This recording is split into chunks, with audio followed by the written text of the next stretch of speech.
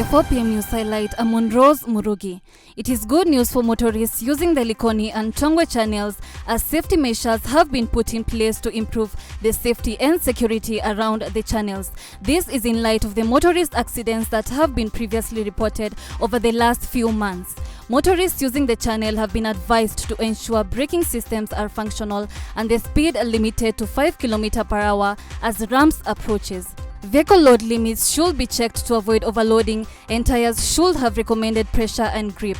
One should also avoid driving into the ferry while under the influence of alcohol, among other things. Elsewhere, ODM party leader Raila Odinga has told of Deputy President William Ruto for aligning him with the failures of Jubilee administration. According to Raila, Ruto is to blame for misadvising the president. Speaking in Vihiga County, Raila Odinga argued that Ruto has failed the president, saying he was in the forefront of promising laptops for school-going children, construction of ultra-modern stadia, and creation of at least 1 million jobs every year. He went on to say that he shifted the narrative to wheelbarrows, mamambogas, and bodabodas. According to the former Prime Minister, opponents of the BBI and handshake were the architects of the infamous Youth for KANU 92, who have accumulated ill-gotten wealth and fear proposed law reforms could expose them.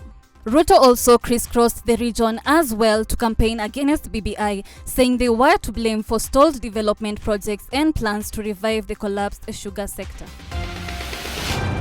In other news, a Form 2 student at Friends School, Namwela Boys High School in Bungoma County has been arrested after he was caught on CCTV torching a dormitory. According to the Directorate of Criminal Investigations, the footage showed the student scattering fuel at one corner of the dormitory on Saturday night. He then proceeded to drop a lighter before leaving the dormitory through a window. No injuries were, however, reported. This comes at a time when over 10 schools have reported cases of arson. The Education Cabinet Secretary George Magoha has since cautioned students against being part of criminal activities.